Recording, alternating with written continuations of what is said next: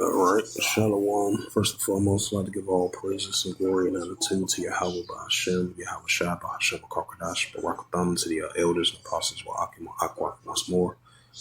And this is a part two of the prophecy updates as of February the 5th, 2025 on Wednesday. And this is a news article from WTTW, PBS.org. It says a PBS News Hour, February 4th, 2025 at 6:40 p.m. Eastern Standard Time. It reads, it says around 10 people were killed in a mass shooting at a educational center in Sweden. I believe if it shows the video clip. We start the day's other headlines with a rare mass shooting in Sweden that killed about 10 people. A gunman opened fire today at an education center for adults in the city of Örebro, which is about 125 miles west of Stockholm. It prompted a massive emergency response. Police say damage at the crime scene is so extensive that they couldn't give an exact death toll. Sweden's prime minister called it a painful day for the whole country. It is difficult to take in the magnitude of what has happened today. We've seen a brutal, deadly violence against completely innocent people. This is the worst mass shooting in Swedish history. Authorities say the shooter is among the dead and they believe he acted alone. Officials say they don't see any connection to terrorism at this point, but have not yet determined a motive. Here in the U.S., authorities say they have recovered the remains of all 67 victims from last week's aircraft collision near Reagan National Airport. All but one of the victims have been identified. Today's update comes as salvage crews continue their efforts to recover wreckage from the waters of the Potomac River, including the jet's cockpit. In the meantime, federal investigators say air traffic control data confirms the Army Black Hawk helicopter was flying at approximately 300 feet at the time of the collision. Aviation rules require helicopters in the area to stay at or below 200 feet. They hope to have a preliminary report within 30 days. Maryland officials gave a first glimpse of the redesign of Baltimore's Francis Scott Key Bridge today, nearly a year after the original structure collapsed. Artistic renderings of the new bridge show it to be taller and better protected against the type of ship strike that toppled its predecessor. The project has a price tag of almost $2 billion and could be completed as soon as 2028. The original Key Bridge collapsed last March when a massive container ship slammed into one of its supports. 6 construction workers were killed. In Ukraine, the UN's nuclear chief is warning that attacks on Ukraine's power grid could lead to a nuclear accident. Rafael Grossi, who heads the International Atomic Energy Agency, met with Ukrainian President Volodymyr Zelensky in Kyiv today. He also toured a heavily damaged power substation nearby. While there, Grossi warned that Russian attacks on Ukraine's power supplies could threaten nuclear safety by potentially disrupting the cooling procedures needed at atomic facilities. The situation is quite dire. Infrastructure has been degraded, but I must say that I'm impressed with the work, with the effort that is being put in order to ensure nuclear safety. Grossi's visit comes as a Russian missile strike left this city council building in Ukraine's northeastern Kharkiv region in tatters. At least 5 civilians were killed and another 55 wounded. On Wall Street today, stocks ended higher as concerns about President Trump's tariff plans eased a bit. The Dow Jones Industrial Average gained more than 130 points, or about a third of 1%. The Nasdaq jumped about 260 points on the day. The S&P 500 climbed back above the 6,000-point level. If you want an egg with your meal at Waffle House, it's going to cost you 50 cents more. The restaurant chain says the surcharge is temporary but necessary as the nation's egg supplies are under threat. That's because recent outbreaks of bird flu have led to fewer hens. The Department of Agriculture says more than 13 million birds were lost or slaughtered from December into January. Bird flu has infected at least 67 people since last year, and 1 person has died, though health officials say the chances of people catching it remain slim. And 10 minutes, just 10 minutes, that is how long it took an asteroid to slice 2 Grand Canyons into the surface of the moon nearly 4 billion years ago.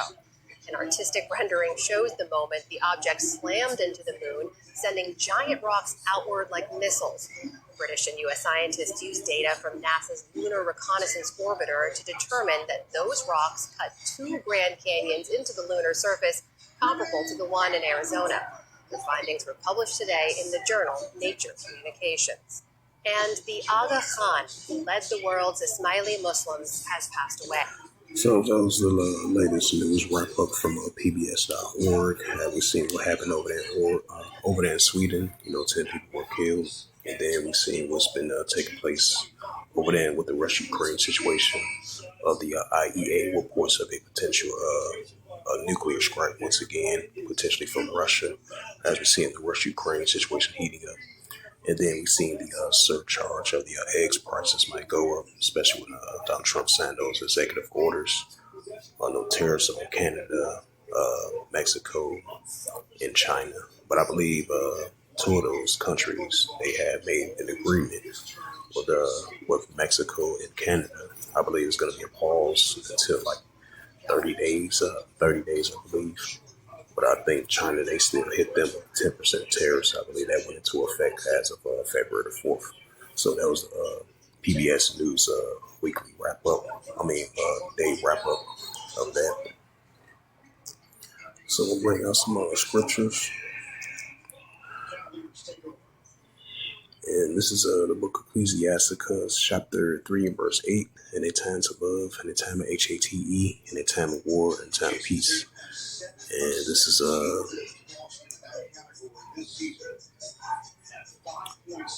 it's the book of Joel, chapter 3, verse 9. Proclaim ye this among the Gentiles, prepare war, wake up mighty men, let all the men of war draw near, and let them come up. Prophet Joel, chapter 3, verse 10. Beat your plowshares and swords, plumbing hooks and spears, and let the weak set strong. This is the book of 2nd Ezra, chapter 16. Matter of fact, get to that Amos. Amos, the 8th chapter. Amos 8, verse 11. It says, behold, the days come, saith Yahweh, that I will send a famine in a land, a famine of bread and a thirst of water, but the hearing of the words of Yahweh. Amos 8, verse 12. They shall run from sea to sea, from the north even to the east. They shall run to and fro, try to seek the words of Yahweh, shall find it.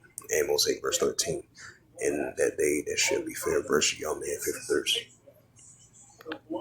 This is the book of Ecclesiasticus, which is the book of Sirach, chapter 39, and verse 28.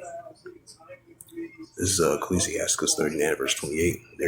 There be spirits that are created for vengeance, within their fury slay on so scrokes in the time of destruction, they pour out the feet, pour out the peas of wrath of him that made it.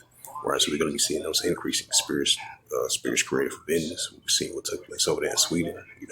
9 people were killed, according to gunmen over there, as of February the 5th, 2025. And we're definitely going to be seeing that increasing. The seditions, the uprises, the uproars, people will more and more biblical signs and signs of times. More war, evil, and pestilence, just like I said in Jeremiah 28, verse 8. So we're going to be seeing all these modern day biblical signs and signs of the times. Get some more prophecy updates, if possible.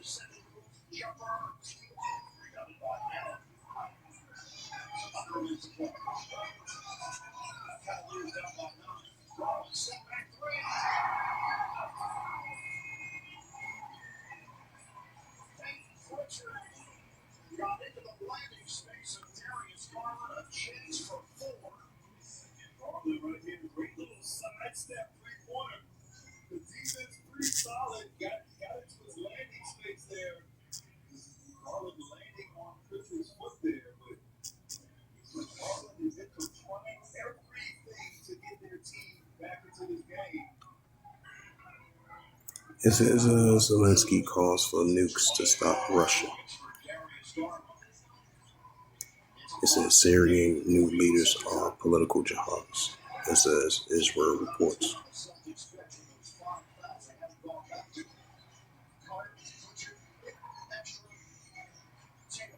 It says multiple dead in a mass shooting in Sweden, which I reported that already. It says potential sites identified for Trump Putin summit, little reports. It says U.S. send Indian immigrants home on military plane. It says French train Ukrainian armies probe in a mass desertion, officials report.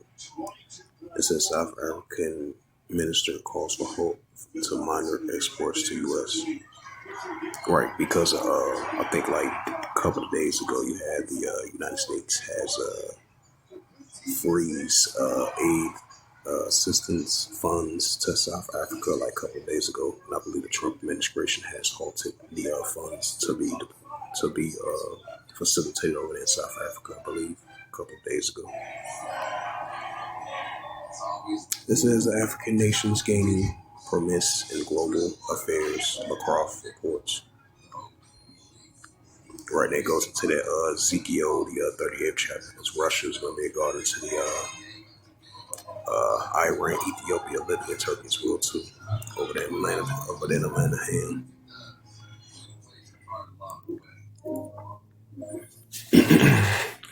Right, so as we've been seeing the transition of power, you have the new president over there in Syria. So, and you recently had the president over there in Syria and the Syrian armies, and the government recently called out the Israel Defense Force for having occupied over there in the buffer zone area over there in Syria. So we definitely going to be seeing still rising tensions between the Syrian armies and the pro-Iranian groups going against the Israel Defense Force. As a side note to that. And this is a news article from February the 5th, 2025, and it reads, it says, Syrians' new leaders are political jihadists, Israel reports.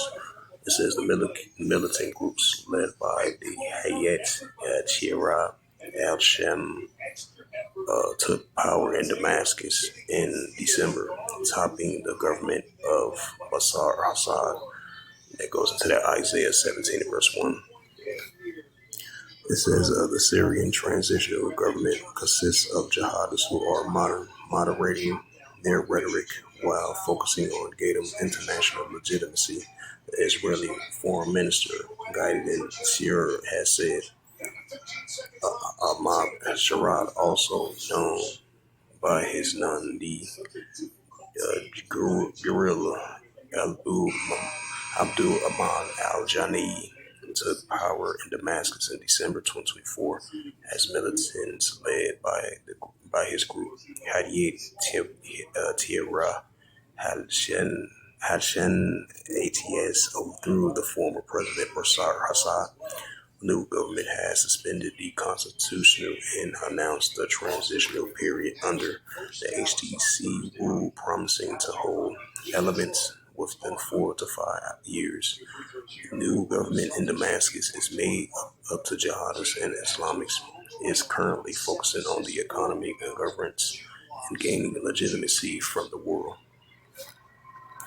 It says, and therefore it is currently speaking politically, Shura said in a meeting in a Moldovan president, Melia Sandu, in a Shirnea on Tuesday, if I pronounced that right.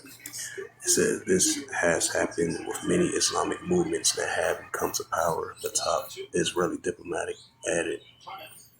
It says while the Israel Prime Minister concerns its own security, it remains focused on Iran. Sharad says, however, expressed that the importance of monitoring Turkey's action in the region. It says nothing that it is clear that Turkey has the greatest influence on Damascus right now. Turkey is currently the most dominant country in Syria. It said it aspires to be leaders of the Shia Islamic in the region, he has said. Our experts have the answers to those questions and many others. Tax Act. Let's get them over with.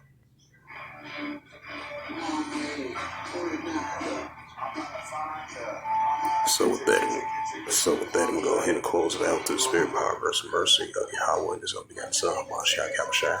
So with that, hopefully this sit-down lesson was edifying with the prophecy updates for part 1 and part 2 as of February the 5th, 2025 on a Wednesday. So with that, I'd like to give all praises, glory, and honor to Yahweh Ba'ashem, Yahweh Shai, Ba'ashem, Kokodash, Barak Thumb, to the elders and apostles, Wa'akim, Wa'akwaf. Until next time, I will say Shalom. chance to walk out of Cleveland with a W